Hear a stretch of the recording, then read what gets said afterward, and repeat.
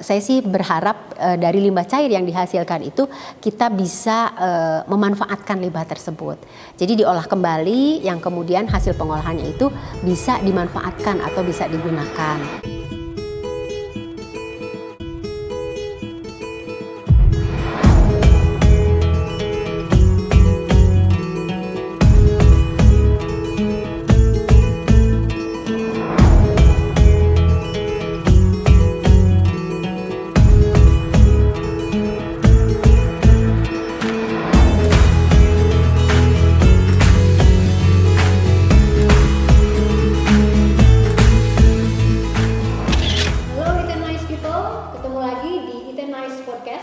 Podcast di mana kita bisa ngobrol santai, sharing ilmu pengetahuan dan wawasan umum. Dan di sini saya sebagai moderator, Maugina Rizky Hafir, dosen dari Desain Interior ITENAS, sudah ditemani oleh seorang profesor baru ITENAS yang kepakarannya ada di pengolahan limbah cair. Dan beliau ini merupakan dosen di Prodi Teknik Lingkungan ITENAS. Siapakah beliau? Beliau adalah Profesor Dr. Insinyur Eti Hatati MT, atau kita mungkin sering memanggilnya sebagai Ibu Eti atau Prof Eti ya sekarang ya. Silakan Prof, mungkin dadah dulu nih ke kamera. Di sini kita nanti mungkin ngobrol-ngobrol tentang penelitiannya Bu Eti gitu ya, sama PKM-nya Bu Eti. Di sini nanti saya mungkin akan coba tanya-tanya nih tentang penelitian, apalagi yang terbaru kan ya, tentang limbah cair ini seperti apa. Tapi sebelum itu saya perkenalkan dulu nih, Prof Eti itu penelitiannya apa aja. Sebetulnya kalau saya bacain satu-satu ini saya banyak banget penelitiannya, jadi mungkin saya bakal ceritain penelitian terbaru aja Bu ya. Nah, Prof Eti ini lulusan S1 di Institut Teknologi Bandung, Teknologi Lingkungan, Teknik Lingkungan ya. 1985 sampai 1991, dan judul skripsinya dulu itu pengaruh pengaliran lindi pada media kompos terhadap kandungan organik lindi, ya betul ya? Betul. Ya itu tentang apa sih Bu ya? Pengaruh pengaliran lindi. Nah ini saya sendiri sebetulnya kurang paham, tapi kita akan coba ngobrolin biar kita juga tahu semua ya. Karena di sini kan yang nonton berbagai generasi nih Bu, biar yang lain juga pada tahu sebetulnya kayak gimana sih penelitian di teknik lingkungan itu gitu ya. Terus ada waktu S2-nya juga di ITB ya, di Institut Teknologi Bandung tahun 1998 sampai 2000 di teknik lingkungan juga. Tesisnya adalah tentang studi konstanta laju reaksi proses fotoventon pada degradasi klorolignin. Betul ya Bu ya? Betul. Lalu dilanjut S3-nya Institut Teknologi Bandung juga di teknik lingkungan 2008 sampai 2013. Potensi keterolahan biowaste pasar fraksi cair dalam anaerobic sequencing batch reactor. Nah sekarang penelitian terbarunya pemanfaatan limbah lignoselulosa dari pabrik kertas menjadi bahan bakar padat dan bioetanol dengan DES atau Deep Eutectic Solvent sebagai pretreatment lignoselulosa. Nah ini sebetulnya nanti kita ngobrol-ngobrol lebih jauh ya Bu ya. Mungkin sebelumnya bisa perkenalkan diri atau ngobrol-ngobrol dulu nih, Prof Eti nih sekarang setelah jadi profesor, atau kan kemarin baru 2023 ya? Betul, iya. Jadi profesor, selamat Bu. Terima kasih. Kebetulan sekarang ini kita juga mulai banyak profesor-profesor baru deh di ITENAS, alhamdulillah, dan juga dokter-dokter baru. Nanti mungkin kita juga akan ngobrol-ngobrol bareng gitu ya. Tapi untuk sekarang mungkin saya pengen tahu dulu nih Bu, setelah jadi profesor, bedanya apa Bu? Apa tiba-tiba menjadi ada tanggung jawab baru, atau misalnya Ibu punya harapan-harapan apa setelah jadi profesor? Oke, terima kasih. Oke, setelah jadi profesor tadi menurut Bu Gina gitu ya, tentunya kita ada hal-hal yang harus kita kembangkan terkait dari Tridharma perguruan tinggi tentunya ya. Juga di situ perlu kita kembangkan terus gitu ya. Jadi selain pendidikan, penelitian, kemudian pengabdian masyarakat juga gitu ya. Dan tentunya kita mengharapkan bahwa dengan peningkatan itu memberikan juga manfaat untuk masyarakat sekitar gitu. Ya. Nah, ini Bu kan saya baca-baca banyak penelitian Bu di limbah cair ya. Betul. Nah, sebetulnya limbah cair itu apa sih Bu? Kan kalau saya bayanginnya limbah cair itu sampah yang bentuknya cairan gitu ya. Tapi sebetulnya apa tuh sebetulnya limbah cair di sini yang Prof Eti teliti itu sebetulnya yang seperti apa? Ya, jadi memang limbah cair di sini kalau kita melihat per definisi begitu ya, limbah cair itu adalah limbah dari sisa suatu kegiatan atau aktivitas yang dilakukan. Yang mana kalau kita lihat limbah cair di sini yang ada di lingkungan sekitar itu ada limbah cair yang bersumber dari domestik, dari rumah tangga, yang berasal dari industri juga gitu ya. Dan industrinya pun kalau kita lihat karakternya kan berbeda-beda. Ada industri makanan, ada industri tekstil, ada industri-industri lainnya. Sehingga limbah cairnya pun tentunya karakteristiknya itu bervariasi sekali karena tergantung dari sumbernya, sumber limbah cairnya itu. Begitu. Jadi kalau kita lihat karakteristiknya limbah cair itu berbeda karena tergantung dari sumbernya. Tadi sumbernya dari domestik, berarti karakternya akan berbeda karena kalau kita lihat yang bersumber dari domestik itu tentunya asalnya itu dari misalnya dari permukiman gitu ya. Permukiman itu dari yang kita Domestic waste juga ya. Domestic waste juga ya. Rumah tangga ya.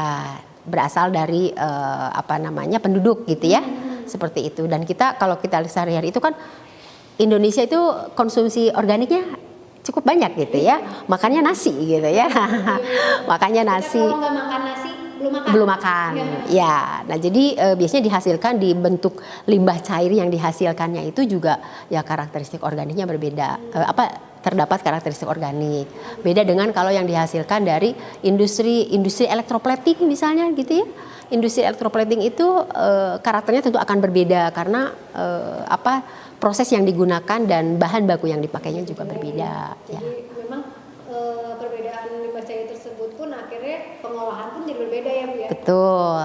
Ya, betul. Nah kalau misalnya nih tadi kan limbah cair jadi kan beda-beda tuh dari rumah tangga, dari industri dan sebagainya. Itu mengolahnya itu gimana agar tidak merugikan, merugikan lingkungan, mungkin merugikan kehidupan manusia atau gimana gitu ya. Pengolahannya itu seperti apa sih kira-kira? Iya, baik. Kaitan dengan pengolahan limbah cair, tentunya kita di awal itu kita perlu tahu dulu limbah ini sumbernya dari mana, gitu ya. Seperti tadi dari domestik atau dari industri. Kemudian setelah itu kita harapkan pengolahan ini kita tuntas gitu ya, dari A sampai Z. Jadi intinya tidak memindahkan masalah.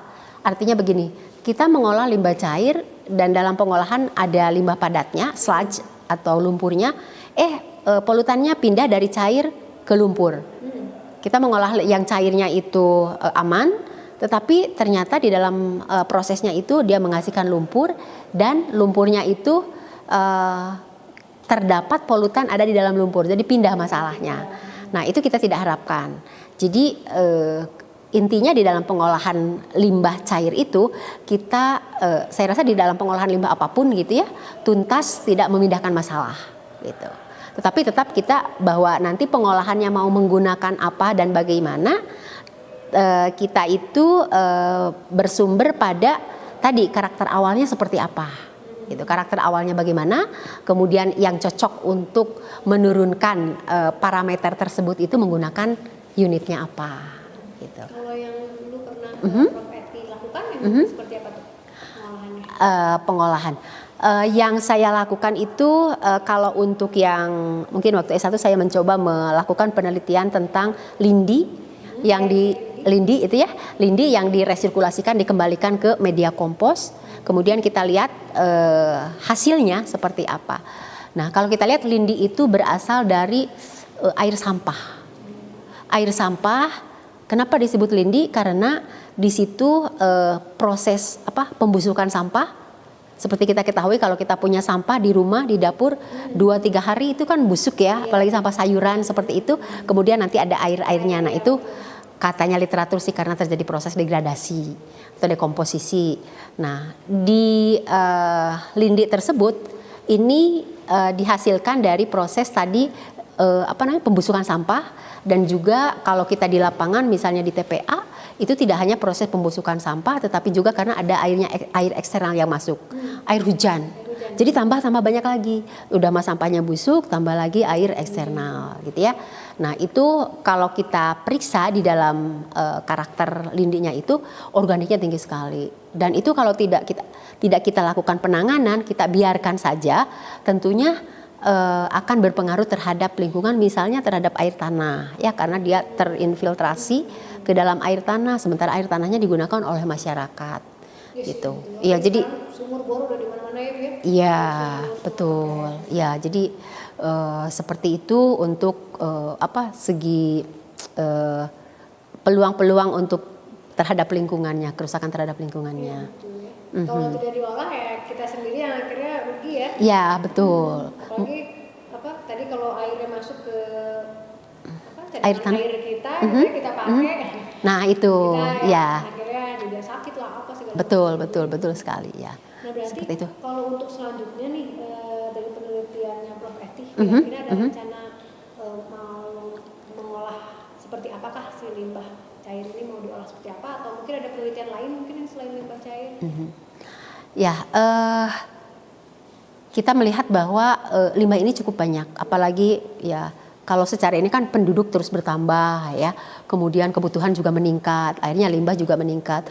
Walaupun di industri juga sudah digaungkan untuk dilakukan zero waste gitu ya, meminimalkan hadirnya limbah, tetapi tetap limbah itu tetap ada. Tetap pasti ada. Ya, tetap pasti ada. Walaupun sudah dilakukan usaha-usaha preventif juga dilakukan, tetapi limbah cair itu masih ada dihasilkan. Nah, saya sih berharap dari limbah cair yang dihasilkan itu kita bisa memanfaatkan limbah tersebut. Jadi diolah kembali, yang kemudian hasil pengolahannya itu bisa dimanfaatkan atau bisa digunakan. Misalnya yang pernah kita coba lakukan adalah limbah lumpur dari industri. Dari industri kemudian kita gabung dengan sampah, digabungkan dengan sampah domestik, ya, sampah domestik ya, sampah domestik. Kemudian setelah itu kita bikin briket, kita uji berapa nilai kalori bakarnya, dan itu kita manfaatkan, bisa digunakan mungkin ke depannya untuk bahan bakar industri. Sehingga kalau kita lihat dari industri itu tidak selalu harus membeli bahan bakar yang baru, tapi memanfaatkan dari sampahnya yang ada di industri, lumpurnya yang dihasilkan oleh industri, kemudian kita olah, kita bentuk sehingga menghasilkan yang nilai kalorinya cukup untuk industri. Jadi kayak sustainable juga akhirnya. Ya, sustain gitu ya. Oke, kalau misalnya tadi kan kita sudah ngobrolin nih tentang limbah domestik, limbah industri dan lain sebagainya, terus juga pengolahannya seperti apa. Nah, ini kan sebetulnya kalau saya baca-baca dari penelitiannya Prof. Eti itu lebih seperti resource recovery ya. Nah, resource recovery itu sebetulnya apa ya? Apakah yang tadi itu yang berhubungan dengan sustainable atau mungkin ada yang lain lagi gitu? Resource recovery ini.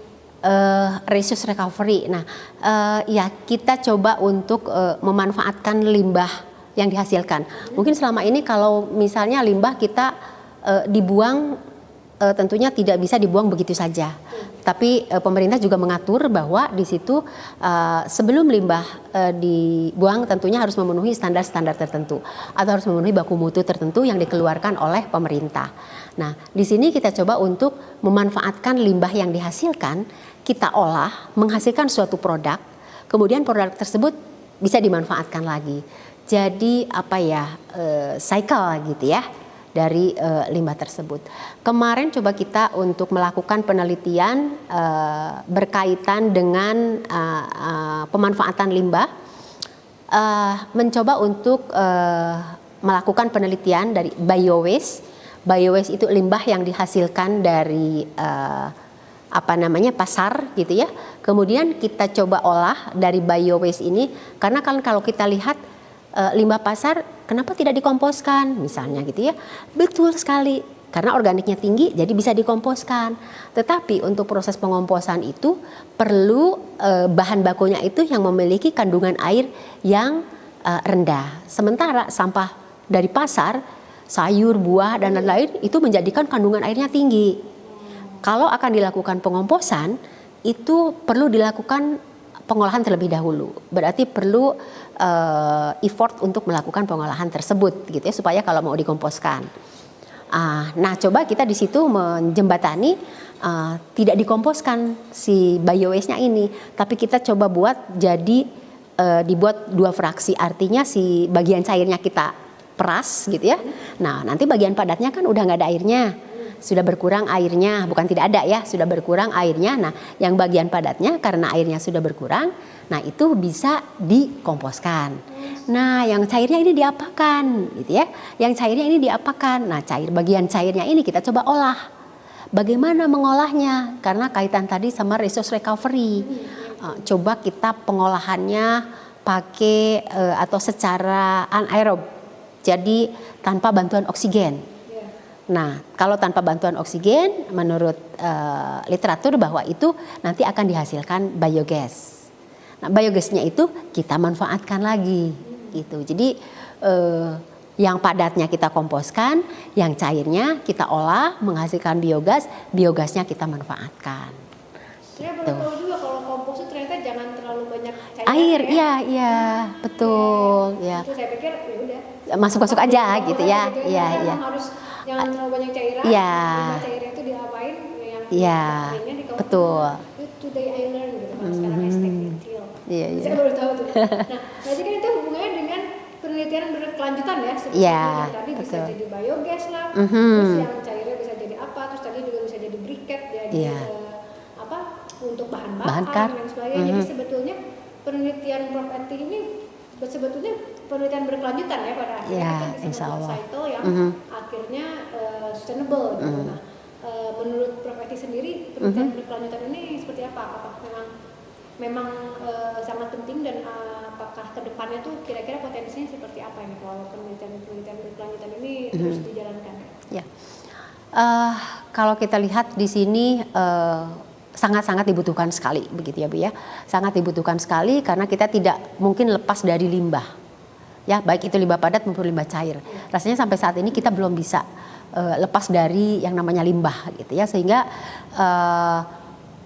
kalau saya lebih kepada mungkin proteksi lingkungan.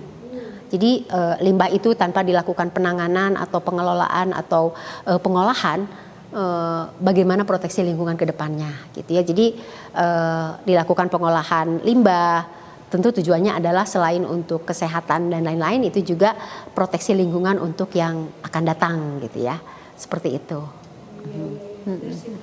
Iya. Nah, mungkin ini sebelum kita tutup nih videonya, saya mungkin Bu Eti mungkin ingin ada harapan atau pesan-pesan kepada para penonton atau mungkin mahasiswa atau calon mahasiswa kita nih Bu, yang apalagi yang mau masuk teknik lingkungan tuh kira-kira seperti apa Bu?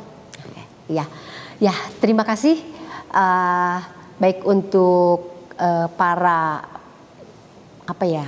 yang akan atau yang tertarik dengan bidang lingkungan.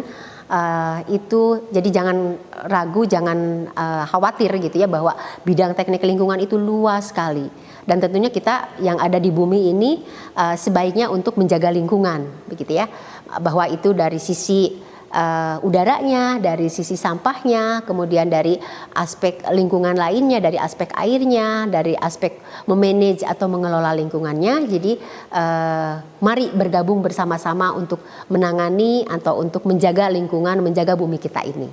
Ya. Terima kasih Prof Eti. Sama-sama. Sangat berguna sekali itu semua. Tadi obrolan kita mungkin cuma sebentar, tapi mungkin yang bisa kita dapatkan banyak banget gitu ya. Nah, walaupun begitu nanti kita juga bisa ngobrol-ngobrol lebih lanjut. Kalau ada yang mau tanya atau menanggapi, silahkan di komentar. Nanti Prof Eti dan kita semua juga bisa jawab di kolom komentar ya. Dan jangan lupa untuk klik like, subscribe, dan juga jangan lupa buat share gitu ya. Share untuk biar orang-orang jadi banyak. Tadi Today I Learned di sini saya banyak banget nih hari ini ya. Jadi kita jangan lupa share dan juga jangan lupa subscribe. Dan di sini saya Maudina Rizky Afiar.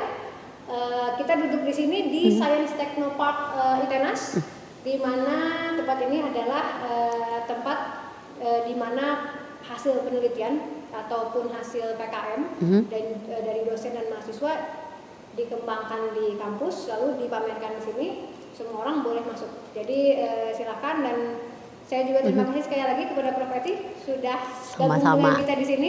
Nanti kita bisa ngobrol-ngobrol lagi. Nanti kita lihat nih komen-komennya apa, mungkin banyak juga yang jadi pengen masuk teknik lingkungan ya.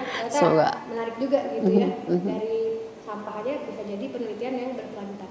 Baik, kalau gitu sampai ketemu lagi di podcast It's Nice, di mana kita bisa ngobrol-ngobrol tentang wawasan umum, pengetahuan, dan juga ngobrol santai tentang ilmu pengetahuan dan juga lain-lain. Oke, terima kasih. See you, bye. Sementara air tanahnya digunakan oleh masyarakat, gitu. Iya, jadi sumur bor udah di mana-mana ya, Bu ya? Iya, betul. Ya, jadi seperti itu untuk segi peluang-peluang untuk terhadap lingkungannya, kerusakan terhadap lingkungannya. Ya, kalau tidak diolah ya kita sendiri yang akhirnya rugi ya. Ya, betul. Apalagi tadi kalau airnya masuk ke air tanah kita, kita pakai. Nah itu, ya. Akhirnya juga sakit lah apa segala. Betul sekali ya. Nah berarti seperti itu. Kalau untuk selanjutnya nih dari penelitiannya Prof Eti, kira-kira ada rencana mau mengolah seperti apakah si limbah cair ini, mau diolah seperti apa, atau mungkin ada penelitian lain mungkin yang selain limbah cair? Ya, kita melihat bahwa limbah ini cukup banyak, apalagi ya kalau secara ini kan penduduk terus bertambah ya, kemudian kebutuhan juga meningkat, akhirnya limbah juga meningkat. Walaupun di industri juga sudah digaungkan untuk dilakukan zero waste gitu ya, meminimalkan hadirnya limbah, tetapi tetap limbah itu tetap ada. Ya, betul pasti ada. Walaupun sudah dilakukan usaha-usaha preventif juga dilakukan, tetapi limbah cair itu masih ada dihasilkan. Nah, saya sih berharap dari limbah cair yang dihasilkan itu kita bisa memanfaatkan limbah tersebut. Jadi diolah kembali, yang kemudian hasil pengolahannya itu bisa dimanfaatkan atau bisa digunakan. Misalnya yang pernah kita coba lakukan adalah limbah lumpur dari industri. Dari industri kemudian kita gabung dengan sampah, digabungkan dengan sampah domestik, ya, sampah domestik ya, sampah domestik. Kemudian setelah itu kita bikin briket, kita uji berapa nilai kalori bakarnya, dan itu kita manfaatkan, bisa digunakan mungkin ke depannya untuk bahan bakar industri. Sehingga kalau kita lihat dari industri itu tidak selalu harus membeli bahan bakar yang baru, tapi memanfaatkan dari sampahnya yang ada di industri, lumpurnya yang dihasilkan oleh industri, kemudian kita olah, kita bentuk sehingga menghasilkan yang nilai kalorinya cukup untuk industri. Jadi kayak sustainable juga akhirnya. Ya sustain gitu ya. Oke, kalau misalnya tadi kan kita sudah ngobrolin nih tentang limbah domestik, limbah industri dan lain sebagainya, terus juga pengolahannya seperti apa. Nah, ini kan sebetulnya kalau saya baca-baca dari penelitiannya Prof Eti itu lebih seperti resource recovery ya. Nah, resource recovery itu sebetulnya apa ya? Apakah yang tadi itu yang berhubungan dengan sustainable atau mungkin ada yang lain lagi gitu? Resource recovery ini. Resource recovery. Nah, ya kita coba untuk memanfaatkan limbah yang dihasilkan. Mungkin selama ini kalau misalnya limbah kita dibuang, tentunya tidak bisa dibuang begitu saja. Tapi pemerintah juga mengatur bahwa di situ sebelum limbah dibuang tentunya harus memenuhi standar-standar tertentu atau harus memenuhi baku mutu tertentu yang dikeluarkan oleh pemerintah. Nah, di sini kita coba untuk memanfaatkan limbah yang dihasilkan, kita olah, menghasilkan suatu produk, kemudian produk tersebut bisa dimanfaatkan lagi. Jadi cycle gitu ya dari limbah tersebut.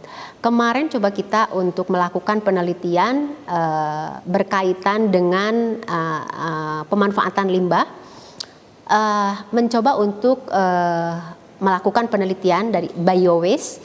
Biowaste itu limbah yang dihasilkan dari pasar gitu ya. Kemudian kita coba olah dari biowaste ini, karena kan kalau kita lihat limbah pasar kenapa tidak dikomposkan misalnya gitu ya. Betul sekali, karena organiknya tinggi jadi bisa dikomposkan. Tetapi untuk proses pengomposan itu perlu bahan bakunya itu yang memiliki kandungan air yang rendah. Sementara sampah dari pasar sayur, buah dan lain-lain itu menjadikan kandungan airnya tinggi. Kalau akan dilakukan pengomposan itu perlu dilakukan pengolahan terlebih dahulu. Berarti perlu effort untuk melakukan pengolahan tersebut gitu ya supaya kalau mau dikomposkan.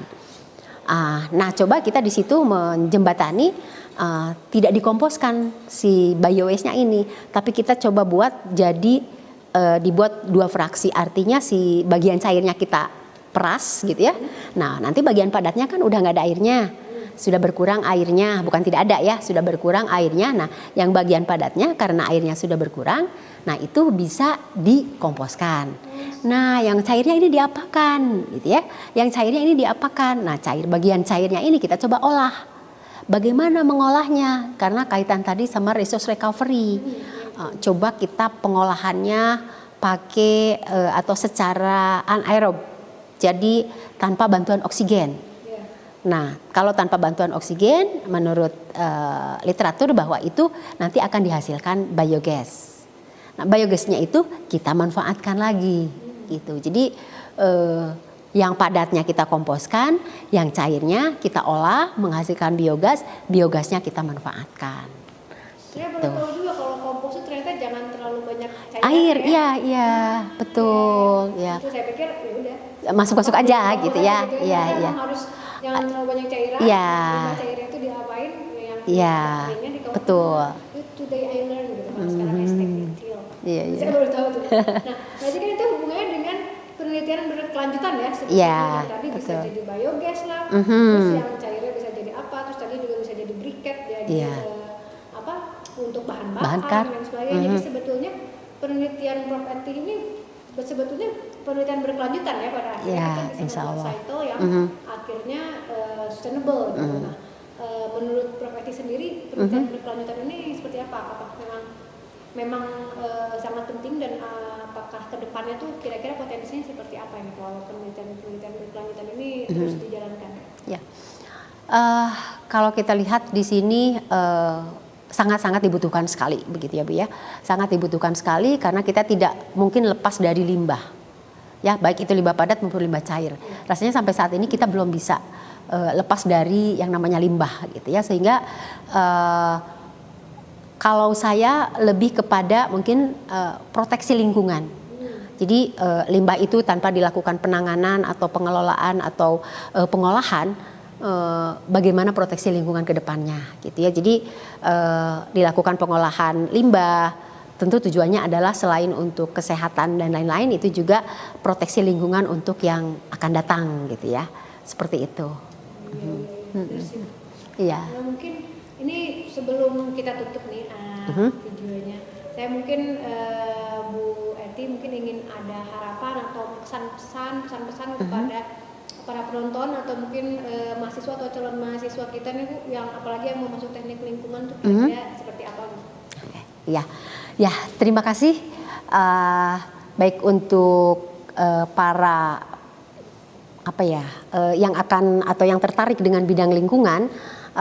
Itu jadi jangan ragu, jangan khawatir gitu ya, bahwa bidang teknik lingkungan itu luas sekali dan tentunya kita yang ada di bumi ini sebaiknya untuk menjaga lingkungan begitu ya, bahwa itu dari sisi udaranya, dari sisi sampahnya, kemudian dari aspek lingkungan lainnya, dari aspek airnya, dari aspek memanage atau mengelola lingkungannya. Jadi mari bergabung bersama-sama untuk menangani atau untuk menjaga lingkungan, menjaga bumi kita ini.